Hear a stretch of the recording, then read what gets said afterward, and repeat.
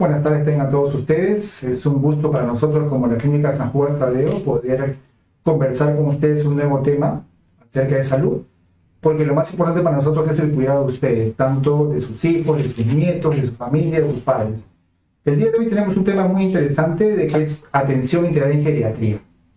Pero para poder comenzar a hablar de este tema es muy importante poder conocer qué es un geriatra. ¿Por qué tenemos tan pocos geriatras o por qué tenemos muchos geriatras? Por eso tenemos el gusto de contar con nuestra médica geriatra de la clínica, la doctora Stephanie, para poder conversar acerca de este tema muy apasionante y muy interesante.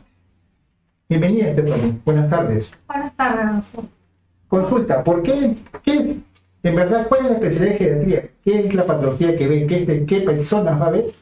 Y en verdad, ¿tenemos muchos geriatras? ¿Tenemos la cantidad adecuada en el país? Buenas tardes con todos ustedes. Gracias por la invitación. Mi nombre es Stephanie Vázquez, soy geriatra. Y como me preguntas, ¿qué es geriatría, no? Geriatría es la especialidad que se va a encargar de la atención del adulto mayor. Y dentro de ello, lo que vamos a ver es una atención integral de ese adulto mayor. ¿Y qué conlleva la atención integral? Conlleva no solamente ver la enfermedad del paciente, sino también el aspecto mental, el aspecto nutricional, el aspecto económico y el aspecto social que acarrea ese paciente adulto mayor. ¿Para qué? Para que como geriatras podamos prevenir, diagnosticar, tratar e intervenir en la salud de este paciente. Es muy importante lo que dices, pero generalmente muchos pensamos que cuando hablamos de adulto mayor, hablamos de una persona de 70, 80, 90 años. Exactamente, ¿cuál es la clasificación de un adulto mayor? Primero, persona adulta mayor se cataloga en nuestro país como tal, un país subdesarrollado, mediante la OMS y la Organización Mundial de la Salud se determina que es de 60 años a más. En países desarrollados se considera de 65 años a más. Pero no solamente el grupo etario determina una persona adulta mayor. Dentro de las personas adultas mayores vamos a encontrar diversos tipos de adultos mayores. Y dentro de ellos, pues, tienen clasificación, ¿no? Un adulto mayor sano es un adulto mayor que por edad está dentro del grupo etario, pero que aún no se ha determinado algún tipo de patología y es un paciente adulto mayor, por ejemplo, saludable. Tenemos el adulto enfermo, ese adulto es que tuvo un evento agudo. ¿A qué se llama evento agudo? Una infección, una caída, un evento que conllevó una enfermedad, pero de corto tiempo y luego llega a su estado normal, ¿no? Eso se cataloga un adulto enfermo. También tenemos el adulto frágil. Es ahí donde nos enfocamos los geriatras a querer descubrir al anciano frágil. ¿Por qué? Porque es el límite entre un adulto saludable y un adulto complejo, en el cual es el lado de vulnerabilidad que tiene el paciente de caer en la discapacidad, ¿no? Y como último tenemos al adulto geriátrico complejo, que es el adulto mayor que vemos en silla de ruedas, con sonda, en cama, ¿no? Un adulto que ya requiere cuidados continuos permanentes. Perfecto. ¿No? Entonces, hemos visto las clasificaciones, ya podemos conocer acerca de qué es un adulto mayor. Y conversábamos antes de la entrevista y hablábamos acerca de que nosotros como pediatras vemos a los niños hasta una cierta edad. Y para nosotros también es duro ya no poder ver a los niños, porque ya entran a otra especialidad que es medicina interna. En este caso igual, ¿cuándo debo yo llevar a mi padre? ¿Cuándo debo llevar yo a un familiar? ¿O cuándo una persona debe ir a poder ya ir a su primera visita con un geriatra? Como tal, hemos dicho que el grupo etario el cual ve el geriatra es de 60 años para arriba. Pero como tal, también vemos de que nuestro enfoque a la atención al adulto mayor va a depender de qué tipo de adulto mayor tenemos. Si es un adulto mayor saludable, pues nuestro objetivo va a ser la intervención de prevención en el paciente. Entonces, no vamos a esperar a tener 60 años, 65 años para acudir a un geriatra. Lo podemos ya ir haciendo desde los 55 años, de los 57, 58, 60. ¿Por qué? Porque el objetivo que tiene el paciente como tal y el objetivo del geriatra va a ser diagnosticar tempranamente las comorbilidades o enfermedades crónicas que van a ir apareciendo en el largo de su vida. ¿Qué vamos a evitar con el tiempo o progresivamente a que llegue una discapacidad? Y pues posteriormente los que ya tienen enfermedades crónicas que requieran una atención integral de ese paciente y los pacientes que ya tienen sus discapacidades, más que todo para la orientación con los familiares, que son los cuidadores principales, ¿no? Ok, perfecto. Entonces, vamos viendo que mientras más temprano vamos a un geriatra, nuestra vida futuro va a ser mucho mejor porque vamos a prevenir las complicaciones o enfermedades que pueda tener un adulto mayor. Considero que como todas personas estamos siempre determinados a nuestra independencia, ¿no? Entonces siempre nuestro objetivo va a ser, no hasta qué edad llegamos, sino cómo llegamos a esa edad. Entonces, para determinar cómo llegamos a esa edad también va a contribuir mucho saber sobre nuestra salud, y eso se llama el autocuidado. ¿Ok? Entonces, desde ahí determinamos, no solamente va a depender del médico, del lugar a donde voy, sino yo conocerme como paciente, que yo sufro un proceso, ¿no? Sufro un proceso, un estado fisiológico en el cual van a haber cambios en mi persona. En algunos con más premura que otros. Entonces es por eso que siempre tenemos que tener la mentalidad que no necesariamente tenemos que estar enfermos para acudir a un geriatra. Tenemos que ir tempranamente para prevenir. Claro, y cuando hablamos ya de prevención y estamos hablando de que no tenemos que estar enfermos, estamos hablando de lo que tú me has dicho anteriormente, que es un enfoque, es una atención integral. ¿Cuál es la gran diferencia de una atención de una persona que va a una especialidad por una enfermedad, una persona que tiene 20, 30 o 40 años, con esta atención integral de un adulto mayor? La atención del adulto mayor, desde el instante que llega a una atención con geriatría, nuestro enfoque siempre va a ser integral. ¿Y de qué determina o qué trata esta atención integral? Que no solamente diagnosticar la enfermedad del paciente, sino también saber qué grado de instrucción tiene el paciente para ver qué tanto me puede entender sobre la educación en salud que le pueda yo brindar. Si en caso este paciente durante la consulta determino que tiene una disminución mental, deterioro mental, pues con el que voy a trabajar más va a ser con la familia, porque va a estar supeditado a los cuidados que le va a brindar, ¿no? También tenemos que valorar que no solamente tenemos que diagnosticar y dar medicación, sino también tenemos que brindar una adecuada educación en salud, que es higiénico-dietética, que siempre se da en las personas adultas mayores. Y no obstante ello, no nos sirve la nutrición si no hacemos una actividad física, que también, de acuerdo al tipo de adulto mayor que se presente en el caso, se indica la actividad física que se necesita. Entonces, por eso es que hablamos de este paciente de forma integral. Determino en la atención de cada paciente es individualizada, porque también vamos a ver qué tanto de soporte familiar tiene, porque va a determinar ello de que pueda venir a la siguiente consulta, de que pueda cumplir o no las indicaciones que se le está indicando, ¿no? Ok, entonces en este caso estamos hablando de que no solamente es la persona que acude a la consulta, sino que en verdad es un trabajo multifactorial, es un trabajo en casa. Entonces, y eso es un punto muy importante. Por dicho, ¿cuán importante es el apoyo de la familia? O sea, ¿qué es lo que debe apoyar la familia? ¿Qué es lo que debe realizar la familia en casa con esta persona, con el adulto mayor? Mira, con el adulto mayor, nuestro enfoque integral, cuando evaluamos la parte social, que ahí evaluamos el soporte familiar como tal, vemos cuántos hijos tiene, quiénes están a cargo del adulto mayor, quién hace la solvencia económica del adulto mayor y qué tan deteriorado está el adulto mayor. Porque en dependencia de ello también va a acarrear los cuidados, los gastos que determina una persona que ya empieza a presentar discapacidad o dependencia de otras. Perfecto. Y los cuidados que debe haber, como mencionas, ¿qué debo hacer yo como hijo? ¿Qué debo hacer yo como familiar? ¿No? Primeramente, siempre pensar en el tema de la prevención a que este paciente adulto mayor se complique más.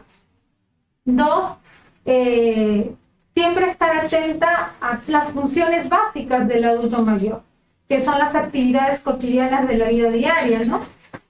Bañarse, cambiarse, comer, ¿no? Que son las actividades que en dependencia de qué tipo de adulto mayor tengo, voy a poder indicar a esta familia cómo va a poder ayudar.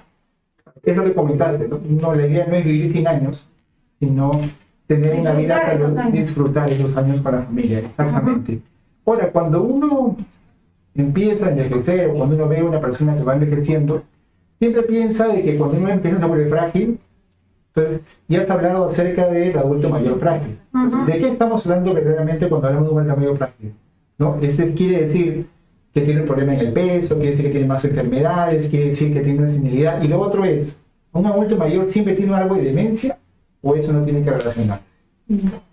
Lo que pasa con la fragilidad es el estado previo o el estado vulnerable de un adulto mayor a entrar a la discapacidad o a entrar a la dependencia, ¿no? Los adultos mayores vamos a verlos independientes, que significa que ellos pueden hacer todas las actividades por sí solos, y pacientes dependientes, que pueden ser con ayuda precoz o con ayuda total, como bien se dice, ¿no? Entonces hay estos dos tipos de pacientes. Cuando hablamos de fragilidad, tratamos de ver al paciente que ya está empezando a presentar esa vulnerabilidad, que puede ser por varios factores. Uno es el mismo envejecimiento. Todos tenemos un proceso de envejecimiento. El proceso de envejecimiento lo hacemos desde que nacemos hasta el tiempo que sea el final, ¿no? Pero no todos envejecemos de la misma forma. Hay algunos que van a envejecer de una forma mucho más rápida que otros y eso va a depender de factores internos.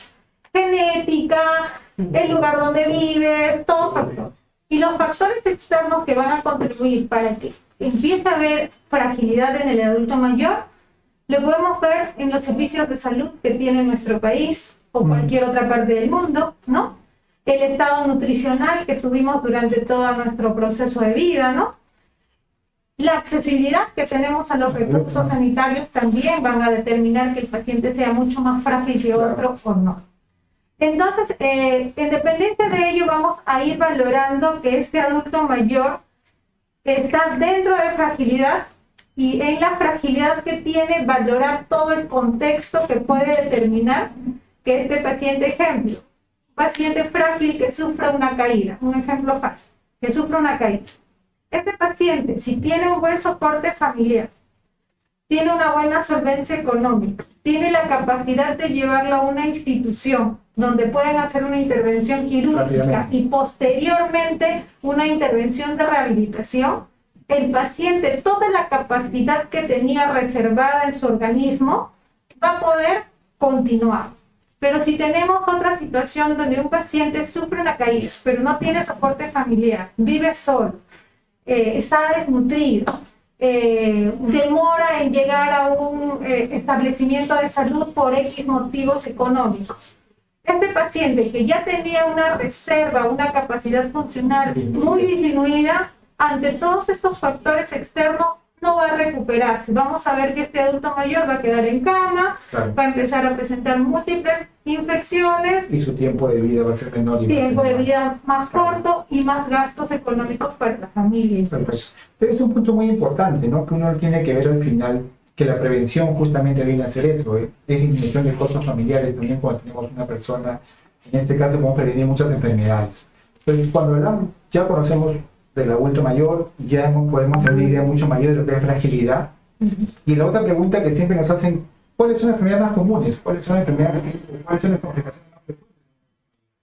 Ya dijiste una, que es la fractura, generalmente las prótesis de cadera. Y muchas veces también ahí vemos que lastimosamente, las intervenciones quirúrgicas se demoran. Y tenemos pacientes que a veces están postrados, que a veces tienen contracturas musculares, que a veces tienen problemas musculares. ¿Qué hacer en estos casos? Primero con las complicaciones y después, si nos puede dar algunos detalles, justamente, como mejor dicho, lastimosamente en estos pacientes que se demoran en poder ser entrenados quirúrgicamente. Primero, saber que el adulto mayor, cada vez nuestra población está envejeciendo más que antes, ¿no? ¿Por qué? Porque ya las enfermedades infecciosas ya hay tratamientos, ya se detectan aquí. Y lo que más acarrea en este tiempo entonces es el problema de las enfermedades no transmisibles, que son las enfermedades crónicas. Principalmente, ¿qué vamos a encontrar? Hipertensión arterial, diabetes, insuficiencia cardíaca, EPOC, problemas de deterioro cognitivo, las demencias, ¿no? Que van a conllevar que el paciente simplemente tenga diagnosticada la enfermedad y tengamos que controlarla. ¿Por qué? Porque esta enfermedad va a ser hasta el final de sus días, hasta las enfermedades renales incluso, ¿no? Entonces, en dependencia de cada diagnóstico, de cada enfermedad, se puede ir indicando los cuidados que se van a ir dando en cada adulto mayor, ¿no? ¿Cuál fue la otra pregunta? No, entonces perfecto, esas son las complicaciones que van a dar, pero también como bien hablaste de lo que es la fractura de cadera, y la fractura de cadera produce que a veces no le hagamos una intervención quirúrgica en las siguientes 24 o 48 horas que debería ser, no le pongamos una prótesis adecuada, y es un paciente que de repente hasta tiene problemas para ir a su rehabilitación, pero es un paciente que generalmente va a tener pues dolor, contracturas, pues, ¿cuál es tan importante qué hacer? Y bueno, la importancia de la rehabilitación definitivamente. Por ejemplo, la caída es uno de los síndromes geriátricos muy importantes para nosotros. ¿Por qué? Porque detrás de esa caída hay muchas enfermedades detrás, ¿no? Dentro de ellas, por ejemplo, antes de una caída, el paciente posiblemente tuvo una infección urinaria, posiblemente ya tuvo un trastorno de marcha, o no uso adecuado de zapatos, o pisos mojados, ¿no? Que conllevaron a la caída. O sea, detrás de una caída nosotros tenemos que indagar por qué fue. Y lo posterior es lo que tú mencionas. ¿Qué hacer con el paciente? ¿Cómo poder ayudarlo? Lamentablemente, ante una fractura de cadera, lo primero que tenemos que ver qué otras enfermedades están conllevando al paciente que puedan llevar un riesgo incluso en la intervención, ¿no? Luego del proceso de intervención quirúrgica es el tema de la rehabilitación, pero no solamente el tema de rehabilitación en cuanto a dolor, a volver a caminar, sino también se tiene que ver manejar las otras enfermedades que conllevaron a que ese paciente sufriera la caída. Perfecto, entonces ese es un buen punto, ¿no? Generalmente nosotros solamente nos enfocamos a una persona que se ha caído, pero como nos estás refiriendo, son otros factores que han producido esa caída, ¿no? Que es un buen punto muy importante. Te lo dije anteriormente y solamente quiero refrescarlo, siempre pensamos que conforme vamos creciendo, me aprovecho en edad, y vamos teniendo 60, 65, 70 años, tenemos problemas de memoria. Tienes 75, 80, bueno, ya está con demencia, pues ya está viejito, ¿no? Vemos personas que probablemente tienen demencia senil, el Alzheimer es diferente porque el Alzheimer tú puedes tener desde muy temprana edad, no llegar a ser adulto mayor para tener Alzheimer.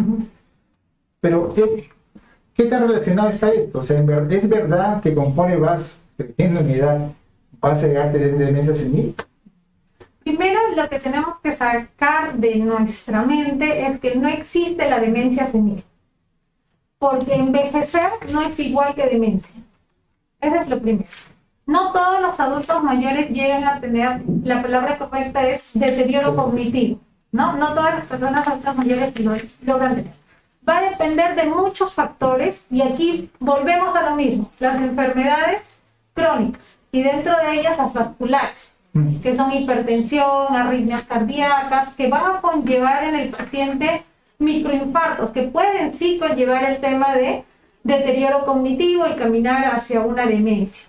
Y por el otro factor que mencionas tú, los problemas de Alzheimer, que probablemente eso ya tienen desde edades más tempranas o también antecedentes genéticos o familiares que nos puedan determinar que ya están llevando a ese deterioro cognitivo de esa forma.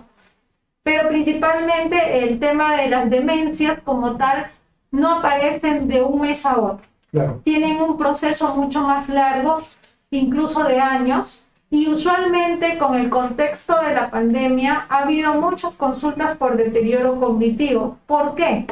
Porque eso ha conllevado que la pandemia vivamos todos juntos.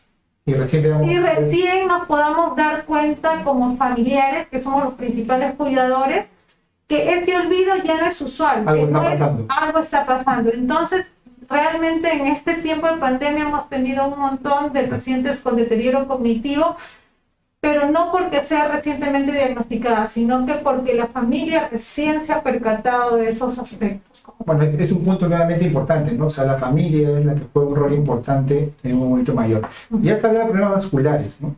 Y los problemas vasculares no son de esa época, tienes problemas vasculares y enfermedades vasculares en esa época, pero también viene de atrás acerca de tu alimentación, tu nutrición, cómo has tenido tu estilo de vida, tu calidad de vida. Y cuando uno va hablando desde niño, adolescente, joven, adulto, vas hablando de nutrición. ¿Cuál es la gran diferencia de nutrición, de la alimentación de un adulto mayor relacionado de repente con una persona mucho más joven? ¿Hay una gran diferencia o no es una diferencia? Lo que pasa es que en el adulto mayor enfocamos mucho el aspecto nutricional en el aporte proteico principalmente. ¿Por qué? Porque nos va a ayudar en el tema de masa muscular, fuerza muscular. Y recordemos que en el adulto mayor tenemos problemas de osteoporosis, tenemos problemas de dolores. Entonces, si no tenemos una buena masa muscular que pueda soportar el tema de caminata, va a deteriorar al paciente. Ahora, en cuanto a los aportes calóricos, a los aportes de frutas, verduras, nutrientes, vitaminas, es de vital importancia mejorar los estilos de vida más que todo. O sea, dar una buena nutrición no significa matar de hambre al paciente. Simplemente significa saber qué alimentos son los que me generan buen aporte calórico, buen aporte proteico, que van a mejorar mi salud, y qué alimentos están contribuyendo a que yo tenga mayor colesterol, mayor triglicérido, que eso condiciona a que las enfermedades cardiovasculares se descompensen, y también el proceso que hemos mencionado, que puede incluso condicionar problemas de cardiovasculares. Como fue lo que has comentado, ¿no? Porque uno generalmente piensa en dieta y piensa que vas a bajar de peso, piensa que no vas a comer, piensa que va a haber un problema. Y cuando estamos hablando es que tengas una buena alimentación. Y también, por ejemplo, el punto que mencionas, depende de qué adulto mayor yo estoy hablando, también va a depender el tema de la alimentación saludable. Si efectivamente yo tengo un paciente independiente, mi objetivo va a ser que aprenda a comer sano.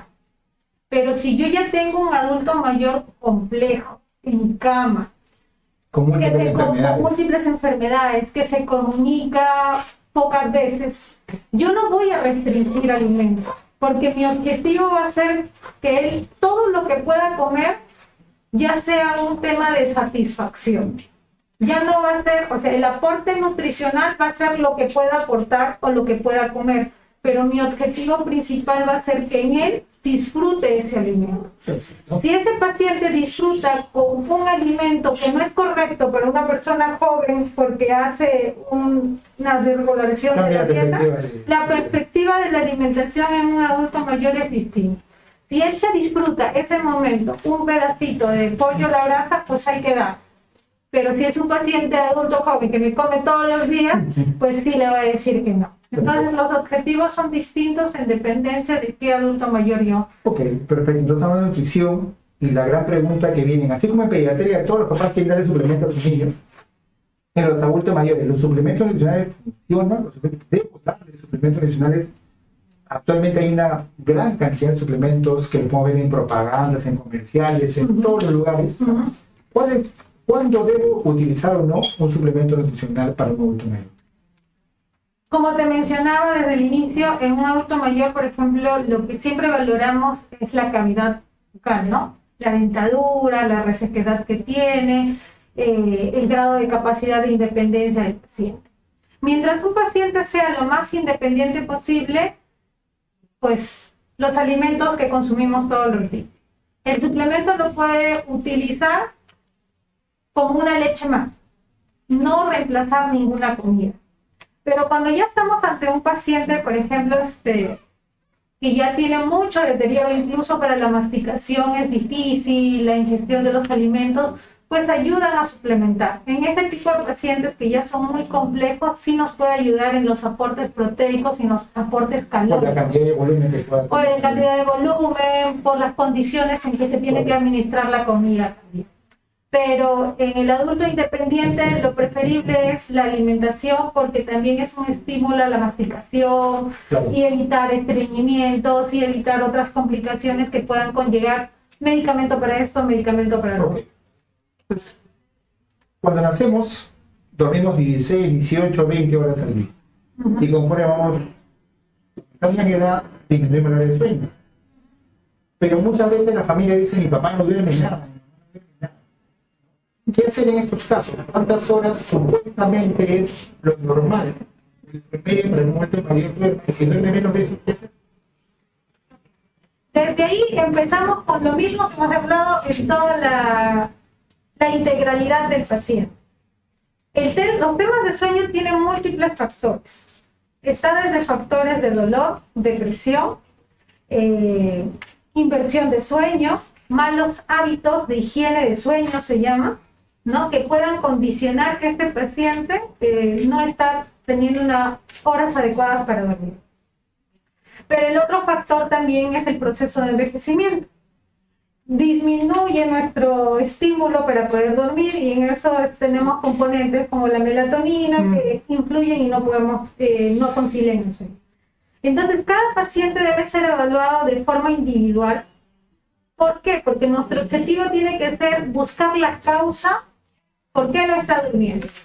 Y lo primero que se recomienda es, así como existen buenos hábitos para comer, también existen buenos hábitos para dormir.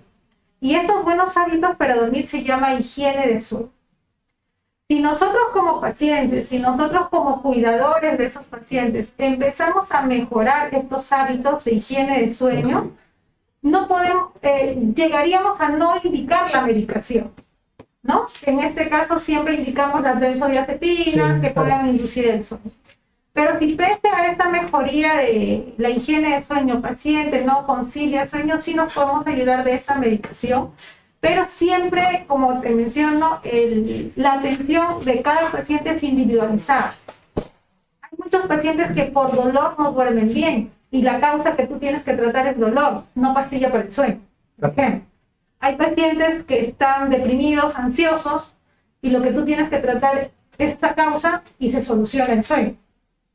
Pero si desde el primer impacto queremos, toma esta pastilla para que duerma y esté tranquilo y tú también puedas dormir, nos olvidamos en verdad de la causa principal que puede con el tiempo condicionar a mayores complicaciones.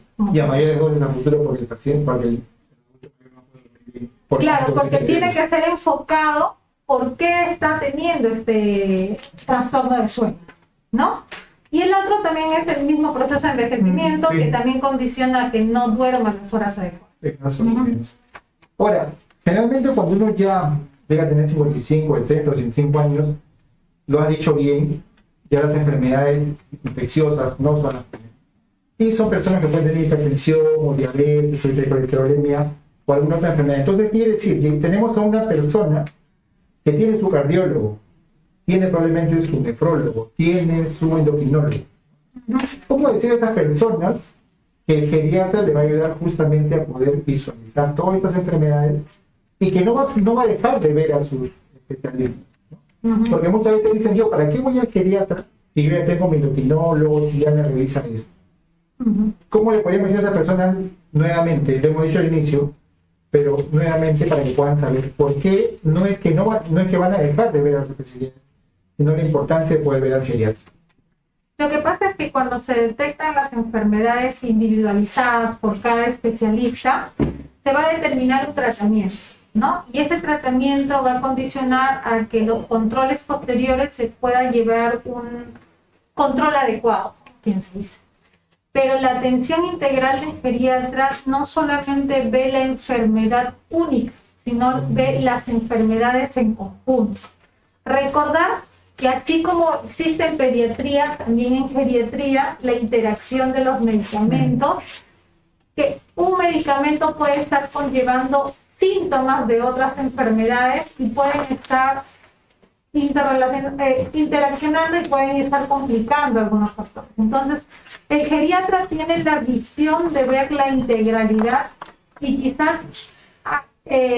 ver acotaciones, alteraciones en el sentido de la medicación, ¿no? Las medicaciones, orientaciones educativas. En cuanto a su cardiólogo, su endocrino, los va a seguir viendo. ¿Por qué? Porque es el especialista que quizás inició en el tratamiento, ¿no? No es el hecho de que el único paciente que queda con nosotros, es el geriatra orquesta todas las enfermedades que esté presente. Si en algún momento tiene una descompensación que no pueda ser manejada, retorna a su cardiólogo, retorna a su endocrinólogo y continúa con nosotros, porque se va a hacer la educación y continuidad de la estabilidad de las enfermedades que esté presente, ¿no? Ok, muchísimas gracias. El día de hoy hemos conversado, hemos conocido algunos detalles que de repente se nos habían escapado, hemos roto mitos de pensar que cuando uno va envejeciendo es igual a demencia o es igual a pérdida de memoria.